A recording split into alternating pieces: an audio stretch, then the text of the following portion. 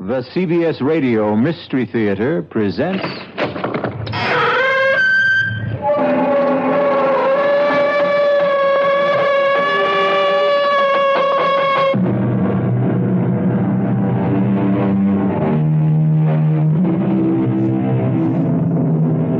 Come in. Welcome. I'm E.G. Marshall. Lend me your fears. It happens now and then that a man will vanish without warning, disappear completely, without leaving a trace. Or a man will suddenly lose his memory. His body remains, but his mind has gone. What is essential in him leaves us, and we are left perplexed, mystified, frustrated.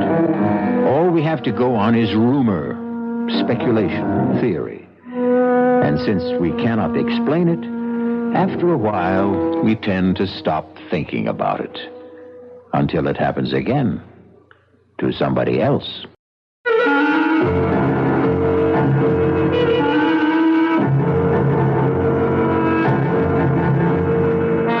Our mystery drama, A Long Time to Die, was written especially for the Mystery Theater by Sam Dan and stars Mandel Kramer.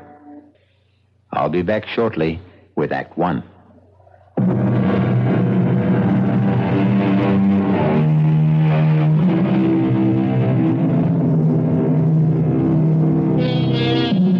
His name is Alfred Stewart Ainsley. He's 41 years old. Average height, average weight, average looks. Nothing about his appearance to make him memorable. Indeed, he has never in his life done anything to bring him notice from beyond the circle of his immediate family, his close friends, and his rather esoteric profession. His name was in the newspaper twice. First when he was born, and then 30 years later when he was married. However, he is about to make up for it. Right now, his name is on the front pages of newspapers in every country of the civilized world. Alfred Stewart Ainsley, quiet, unassuming, has it in his power to shake the government of the most important country in the world, and perhaps alter the very course of history. Alfred, do you want a drink of water? Water? Darling, I know this is difficult, but... Feel okay, Al? No, Jerry, he's not feeling okay. Can't you see there's obviously something wrong with him? Al, what is it? He's pale, he's sweating. Now, look, Al, you're not the one who's being investigated. What have you got to be nervous about? Al, say something. If you're not feeling well, we can ask for a recess. The chairman's just come in. The committee stands in order.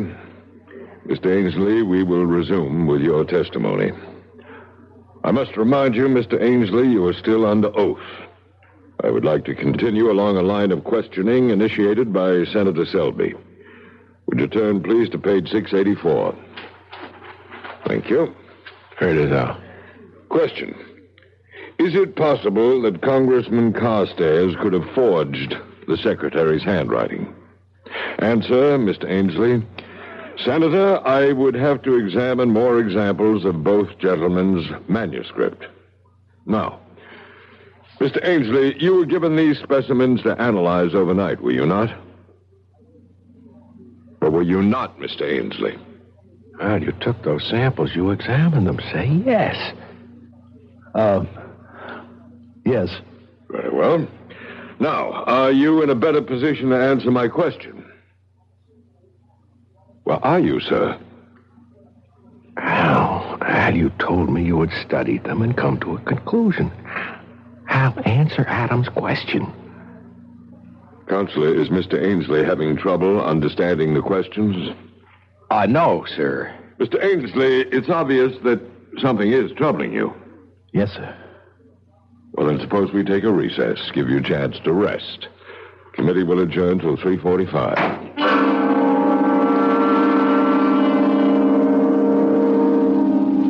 Well, Al, do you want to talk to me? I never saw that before. Saw what? A man make smoke. The way you make smoke. Al, are you serious? We have pipes, and we put the tobacco in the pipe, and that's how we smoke. But you're holding something. What's that called? All right. I can play along if that's how you want it. This is called a cigarette. Cigarette? You mean you never heard of it? No. Well, that's odd. Right here in your pocket.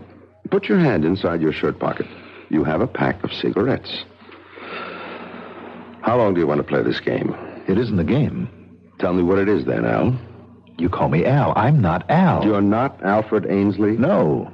All right, who are you? My name is Mahatwiki. Yes? In your language, it would be Running Beaver. That sounds like an Indian name. Indian. That word, Indian. Yes. In this language, in your language, it would be Indian. You claim you're an Indian? Yes. Well. You don't believe me? Just tell me how you got here. I was sent to the north to scout you would call them the Iroquois. Scout? Yes, to see if we should make war. War? Make war or become allies. I was on my way home to my tribe. I was at the place where the mist covers the rocks. I walked into the mist, and there was a noise. What kind of noise? Loud thunder, a flash of lightning. It was as if someone had hit me over the head with a club. I knew nothing. Then I was sitting in a strange room in strange clothes, and strange people were talking to me on a subject I know nothing about. You claim to be an Indian. You talk about fighting and wars. Well, that would be before the white men came to this country. I've never seen men like you and these others. There's one small detail that troubles me. How does it happen you speak English? I don't know. You don't know? I don't know. I was returning to my people. They live near the banks of the Great River. The Great River? The Potomac. As I told you, something took place in the mist. I awoke. Now I am in a strange place. I find that I can speak the language, but I don't know what anything means. Where is this place? Who are you? I'm your doctor, your friend. My name is Carl Stitzer. And who am I? Al Ainsley. You're a collector of and a dealer in autographs, historical papers. You're considered one of the top experts on handwriting. I don't know what any of that is. What is it that you know how to do? To track? To scout? To hunt? All right, Al. I've gone along as far as I can. Now, let me tell you something. Your testimony can destroy Congressman Carstairs.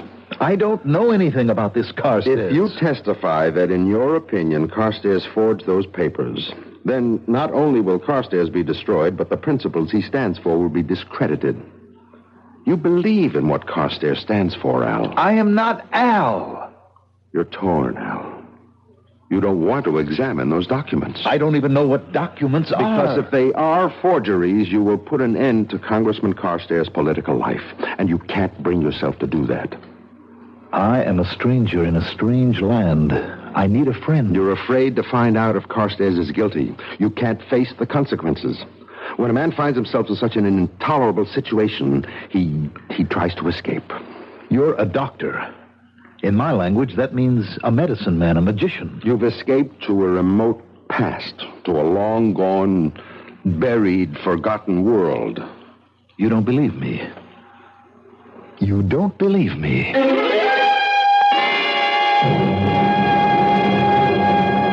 Doctor, what is it? Think, Joan. Think carefully. How long have you and Al been married? 11 years. And how long had you known him before that? We were kids in school together back in the first grade. Then you've known him all his life. Just about. Has he ever been interested in Indians? Indians? No, not that I know of. You don't have anything in the house like, handicrafts, weapons, books? That would have to do with Indians? Mm-hmm. Nothing at all. Does Al have a secret life? Doctor, I'm not going to answer any more questions until you tell me what you're driving at. Well, See that he gets plenty of rest. No visitors, no excitement. And please keep in constant touch with me. Doctor, can't you tell me anything at all? No. But I do have to ask you one more question.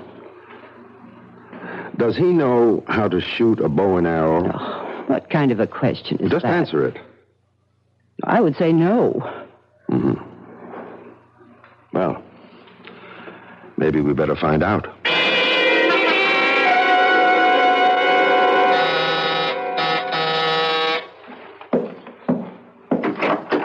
Morning, Jerry. Doc, I've been waiting for you. Is Al dressed and ready? Look, Doc, you've just got to talk to me. Why? Why? Why? Don't pretend to be living in a world of your own. You read the papers, you hear the news broadcast. Yes? Al has to testify. Yes or no. Whichever way, it no longer matters, but he can't remain quiet. He's not the only handwriting expert in the world. The committee can call another. It's too late for that now. The rumors are out. He's been bought off. He's been scared off, and both sides are under suspicion. I admit it's an unfortunate situation. Now, look, Doc, you can maybe stall the committee another day, maybe two, maybe even through the weekend recess, but that is about as far as you can go. I'm doing the best I can. Why can't he testify? I can't tell you. You can't or you won't. Both. Now, let me tell you what's going to happen. The committee has the right to assign their own doctors to examine Al. I know. Well, how much time do I have? A week? That's really stretching it. I'm ready to go with you, Doctor. Al, how do you feel? Let's go, Al. Now, why can't I come along? Goodbye, Jerry.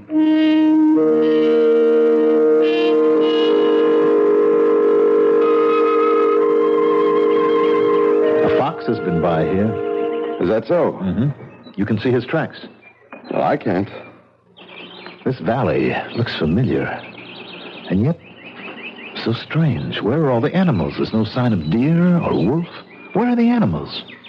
If you really are running beaver, you wouldn't believe what's happened. Now, in this box is a bow. A bow? Yes, here's the bow, the strings, the arrows. I've never seen a bow like this one. How strong. And these arrows. I don't know the first thing about it. Is this mine? To keep? To be able to hunt with? Why don't you hit that oak tree? About 60 or 70 yards to the left. Oh, that's no shot. The tree is standing still. A child could hit that tree. What's moving? Is there a rabbit or a squirrel, a hawk? No, I'm sorry. There's nothing around. All right, then. I'll put this arrow into the center of the trunk of that small tree on the right. That maple. But that's almost 150 yards. It's an ordinary shot. I'm ashamed of it. But there's nothing else. Right in the center. Well, Doctor? I don't know, Running Beaver. I don't know. How do I explain this? Someone, probably a seasoned politician, said once, when in doubt, tell the truth. That sounds great, in theory. But how would you like to have to tell this kind of truth to a sharp congressional committee? We'll have more of this kind of truth when we return shortly with Act Two.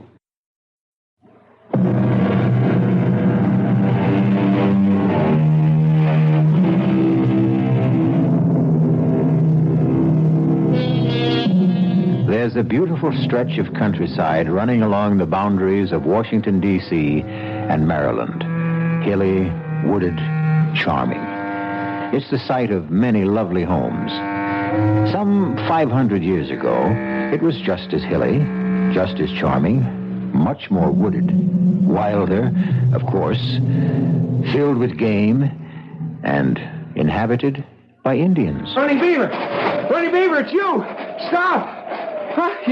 You're alive. For days, the council has been waiting for you, Running Beaver. The council? You're ill. You've just returned from a long, hard, dangerous journey. But you're the only one who could do it. Now, what bothers you, Running Beaver? You act as if you don't even know me. I'm your friend, your blood brother, Eagle Wing. Come, we must go to the council immediately.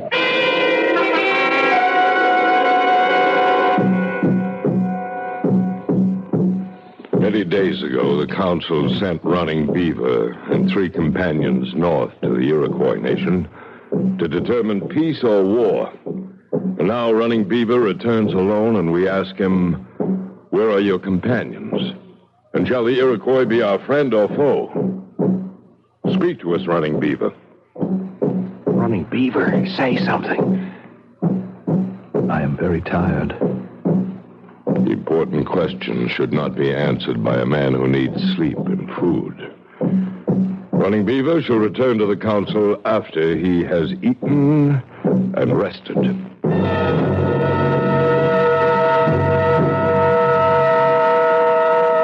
Sit, my husband. I have meat, corn. I was so frightened, so afraid the Iroquois would kill you. Sit, rest, and eat. Now, I will tell you the news about the boy. The boy? Our son. He's been chosen for the Wolf Society. You always wanted that. Your mother brought him this bearskin robe. You're not eating. It's not cooked. It's the way you like it. Is something wrong? You don't look right. Perhaps you'd better see the medicine man. The medicine man? Red Bear. He always liked you. There is something wrong. This is not like you. Not to be hungry, to be so quiet. You're frightened. Why are you frightened?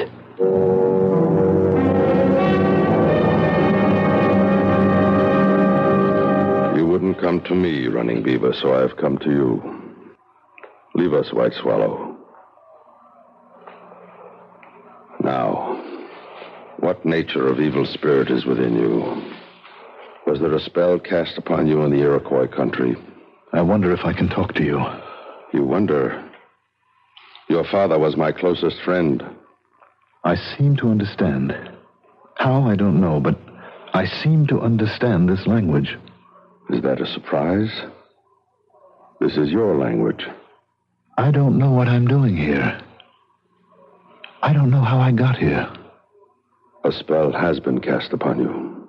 I'm sure you won't believe, but I am not Running Beaver. How can that be? My name is Alfred. In your language, it would mean a wise elf or wise counsel. Excellent name. I come from, well, perhaps it would be this same land, but I live, or shall live, hundreds of years from now. I could tell you stories of great things, of great ships flying through the air, of enormous buildings. I don't even know where to begin. It must be a time of great magic. Unbelievable magic. What a happy time that must be. I couldn't say that it is all that happy. I find that hard to believe. With all that magic. At any rate, I was going to an important meeting of the committee. Well, never mind what that means. I decided to walk to the bus instead of driving my car. I'll explain to you what they are later. There was a mist near Rockledge. And I walked into it, and something seemed to explode in my head. And when I walked out of it, I was in these clothes. I was somebody else. I was frightened. I began to run. And suddenly someone stopped me. Yes, Eaglewing. He is your friend. You don't believe a word of this. How can I?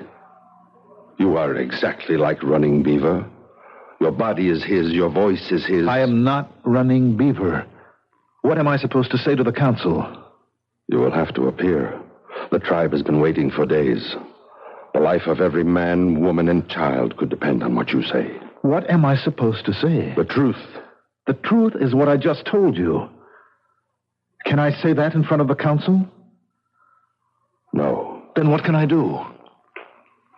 Now, rest. Sleep. Sometimes the spirits speak to us in dreams. I'll need more than a dream to get myself out of this.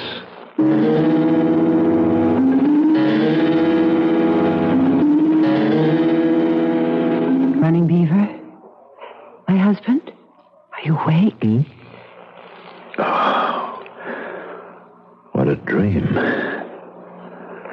Joan, you'll never imagine. Oh, no, I'm still asleep. Running Beaver. Can you eat something now? Cold. Oh, here, wear this robe. Your mother made it. My mother? Please, can't you tell me what's wrong? Running Beaver, may I come in? Who's that?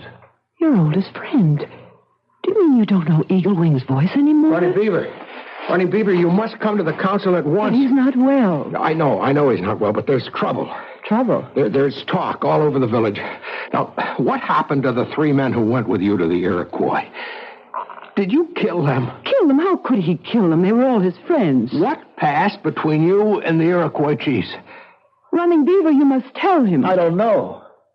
I don't know.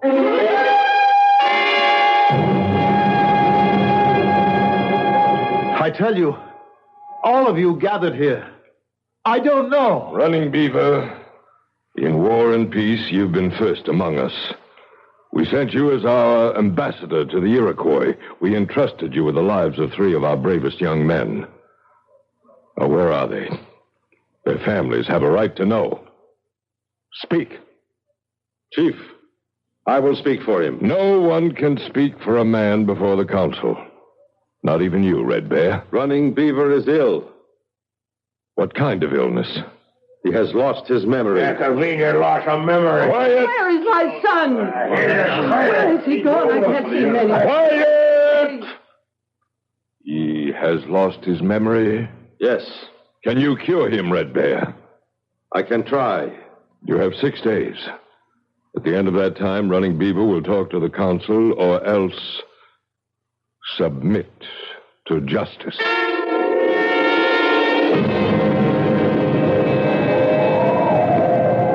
Why did we come out here? I'm so cold. Where is your knife, Running Beaver? Knife? Running Beaver always carries a knife. Well, I didn't think... Give him your knife, Eagle Wing. Why do I want a knife? Eagle Wing, attack him. Attack? But everyone knows Running Beaver can't be beaten with a knife. Let's make sure. I'll only do it if he keeps his knife in its sheath. Now, you know how excited he gets even when we fight in fun. Attack him, Eagle Wing. Have your knife at the ready, Running Beaver. Look. Are you ready, Running Beaver? Now. What did you do that for? Did I catch you off guard? Look, I am trying to tell you people I am not... Eagle Wing, go back to the village. But I... Do as I tell you. I At was once. never able to do Go that. back to the village. There is magic here. Yes, I'm going. What did I just see? You saw a man knock me down. You don't know how to fight with a knife anymore. When did I ever know how to fight with a knife? I can't believe it. I was just a quiet kid when I was in school. And I suppose you can't shoot with the bow. No. Or throw the lance. I'm trying to tell you I am not your Running Beaver. Then we have magic. Call it what you want. But we have trouble.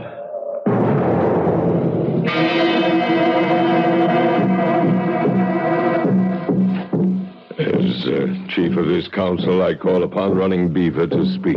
Chief Star Tracker. I haven't called on you, Red Bear. I called upon Running Beaver. But, Chief... The council has given you 6 days, Red Bear, 6 days to cure Running Beaver. Let me talk.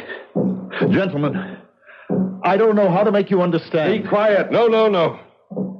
Let him talk. But he's mad. Let us judge. I am not who you think I am. I am not Running Beaver. I told you he was mad. You say you are not Running Beaver. No, I am not.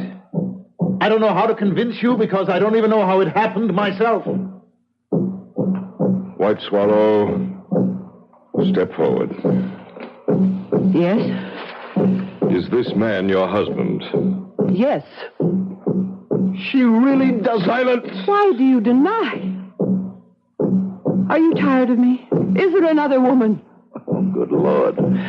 You could have been living 500 years from now. You women never change. I thought you loved me. All of you, listen to me, please. I know it's hard to believe, but I am not Running Beaver. Who are you, then? I am a man from a time, I don't know, it must be hundreds of years from now. Yes, a spirit has captured him. A spirit has captured him. This is the council. We'll have no disorder here. Running Beaver, have you anything more to say? I have plenty more to say, but I don't know how to say it. The council will retire. We shall return with our decision.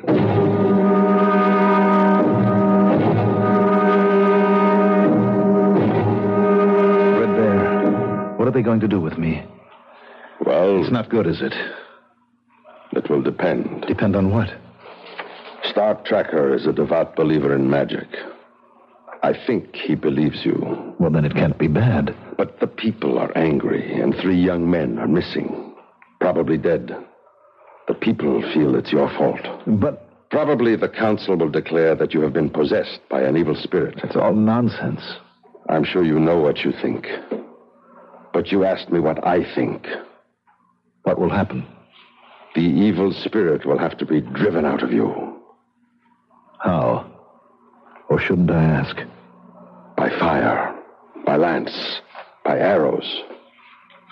You mean they'll kill me? That's how we drive out the evil spirit. Is there anything I can do, Red Bear? I don't know, but I'll try to think.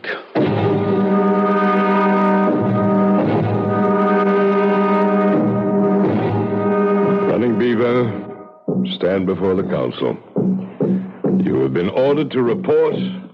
You refuse. I tried to tell you. Therefore, the council has decided to drive the evil spirit out of you. No! Tell them, Running Beaver, tell them! We must have silence.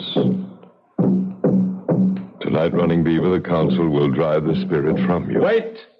He has the right to ask for judgment by combat. What are you saying? Must I remind the council of the law? Very clever, Red Bear. No one dares. Silence! Silence! Well, you've heard the challenge. Who will fight Running Beaver? Your reputation has just saved you. No one will dare to meet you. No one will accept the challenge. Are we a tribe of trembling women? Must I, at my age, save the honor of the people? I'll fight him. Eagle Wing.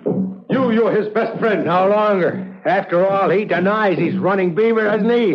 The council accepts the offer of Eagle Wing. May the one who is right win.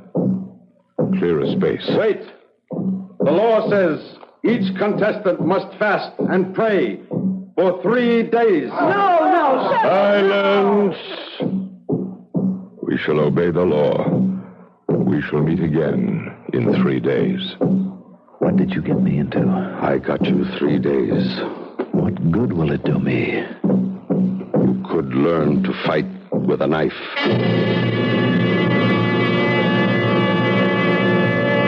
Well, you've been a quiet, unassuming handwriting analyst all your life. You've never so much as swatted a fly in anger. Now, suddenly, you have to fight to the death, with knives, no less. And how is the other fellow doing? The one who has to face the Congressional Committee. We'll see how it all comes out when we return shortly with Act 3.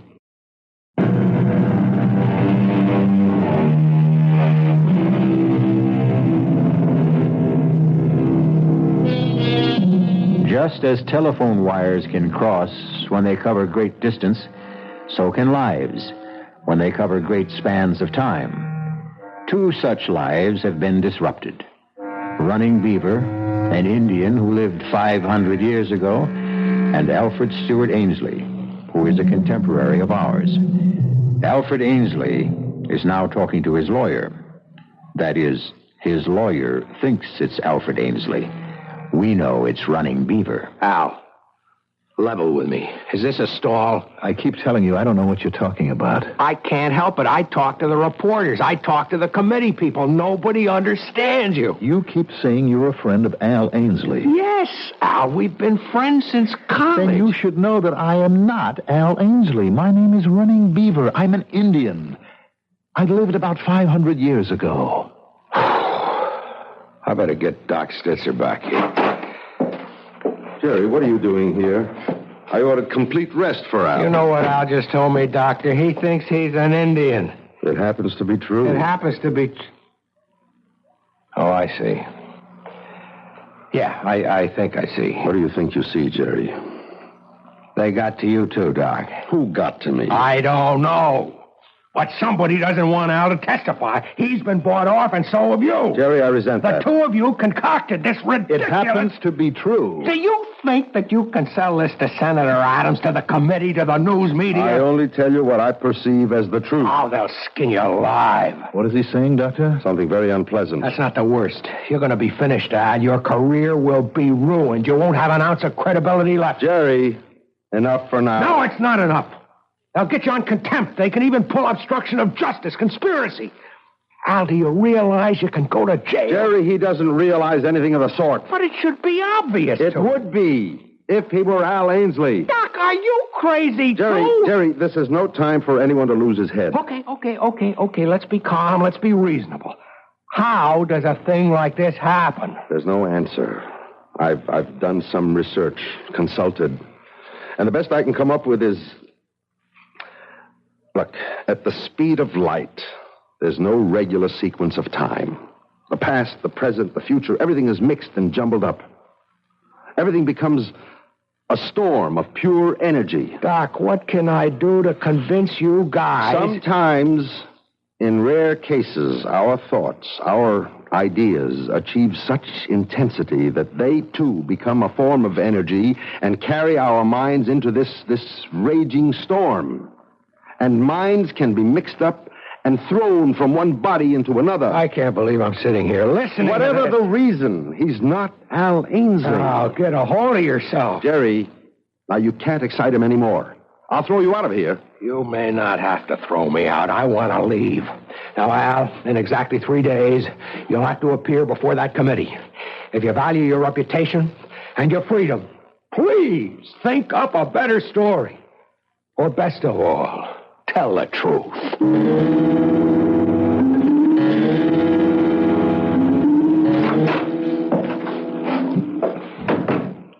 Are you awake, Al? I brought you some tea. This is the first chance I've had to talk with you. Darling, what is it? Are you my wife? I mean his wife? What are you saying? I'm not your husband. Don't say that. It's true. I know you, darling. I've known you all my life. Who knows you better than I do? I am not Al Ainsley. There's someone else, isn't there? Another woman. Please. I knew you were timid, but I didn't think you'd go this far. I have a wife. What? Her name is White Swallow, and we have a son. Al, I don't know what your game is, but you won't get away with it.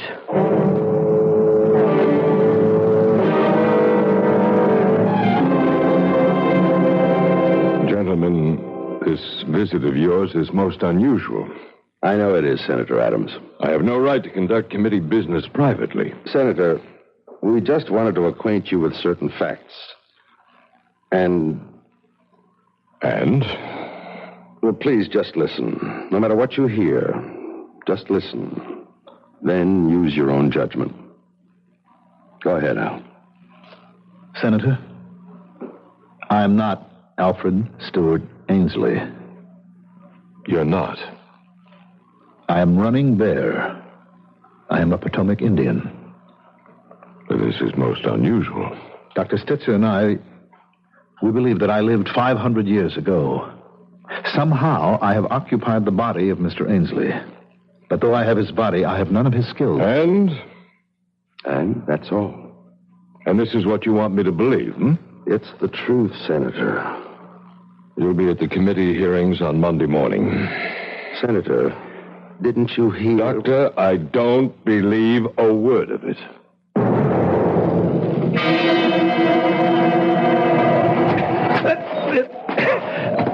It's no use. It's no use. Watch the knife. Watch it constantly. Don't look at your opponent's eyes. Oh, Red Bear, I'll never learn. You may not be running Beaver, but you have his great body, his strength, his agility. I'll tell you what I don't have, his desire to fight. Are you a coward? No, I just don't believe in violence. Strange. I can't kill anybody. The council has already decided, Red Bear. But this will be murder, Chief. He isn't running Beaver. He does not know how to fight. A man who doesn't know how to fight? Impossible. He is not one of us. He's from another time. Well, how does he happen to be here, then? There is a place, Chief, where the soul that belongs to each man is put into his body. Yes, we know that. It is the sacred, haunted place where the mist meets the rocks. There's always thunder there. Evil, malicious spirits have an opportunity to play tricks. And so... I understand. I even believe.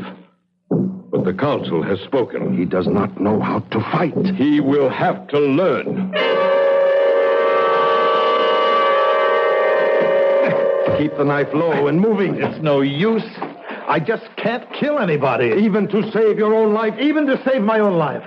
Then you are a coward. What's the good of it? Suppose I kill Eagle Wing tomorrow, then what? At least you'll be alive. To do what? To live out my life here in an alien place doing things that I hate?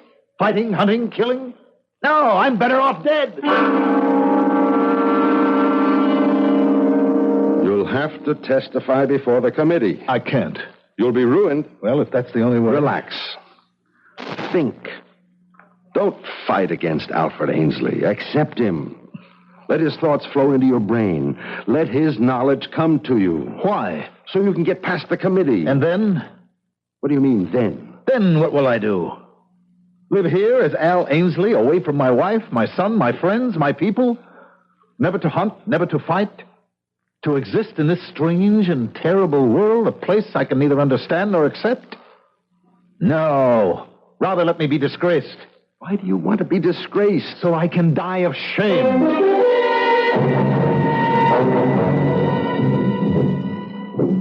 Wake up, Running Beaver. Wake up. It's time to start out for the fighting ground. So early? You still refuse to fight him as Running Beaver would? Yes, I refuse. Why? I told you. I want to die. I know why you would want to die in this life, but I don't understand why you would want to die in your other life. What are you saying? What troubled you? You are a man of trouble. I see that. When you walked into the mist, were you troubled? How did you know? I am only guessing. In your other life, did you also want to die? I'm not sure. Perhaps I did want to. Why? Because I would have to say something that oh, you couldn't understand. It would have to be something you hate? Yes. Yes, I would have to ruin a man that I had always respected. Does he deserve to be ruined? Yes, because he broke faith. And you did not have the courage to do your duty. In other words, you are an even greater coward than I thought. Maybe. Would you rather die under Eagle Wing's knife, or... Or what? Or go back. Do your part as a man. Face your responsibility. Go back? Testify against... Isn't that what must be done? Isn't that what truth and justice demand? Yes. Then you'll go back. But how? How can I go back? Are you sure you want to? Yes. You'll do what's required? Yes. You believe it with all your heart? Yes. Yes, I believe it. Now I believe it. Then come with me. Where? To the place of mist. The sacred place where you became Running Beaver.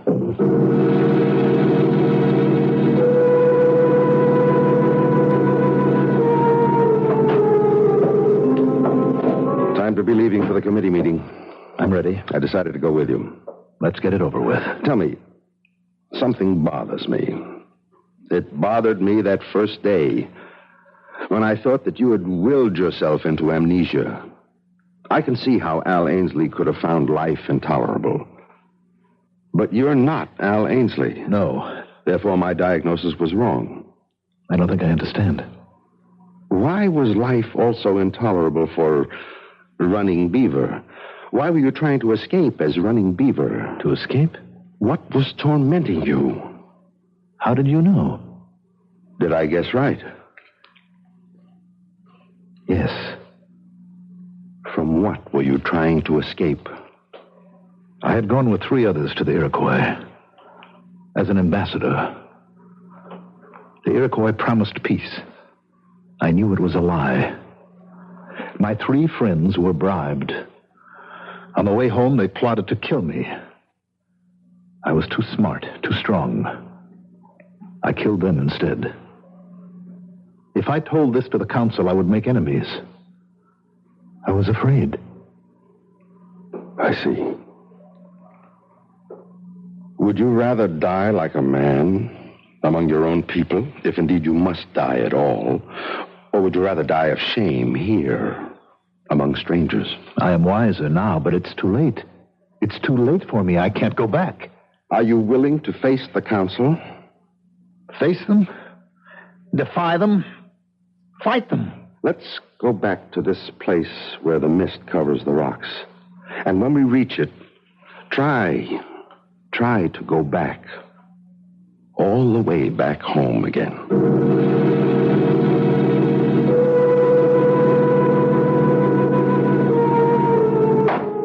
The committee will stand in order.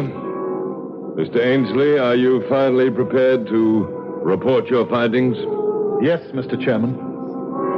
I've studied all the relevant materials, and I am absolutely convinced.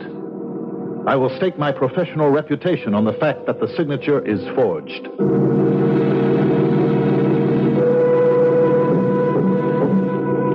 I say this to the council. 3 young men of the tribe took bribes from the enemy. I alone refused. They tried to kill me. I killed them instead.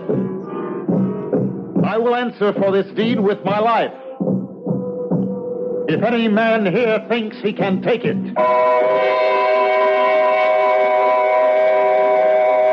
At a certain speed, at a certain intensity, at a certain burning level of anxiety or desire, time, space, and spirit can be twisted out of shape or sequence.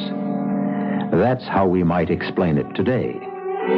On the other hand, there are evil and mischievous spirits who delight in creating misery and confusion. That would be yesterday's explanation. Choose one or the other. Or supply your own. I'll be back shortly.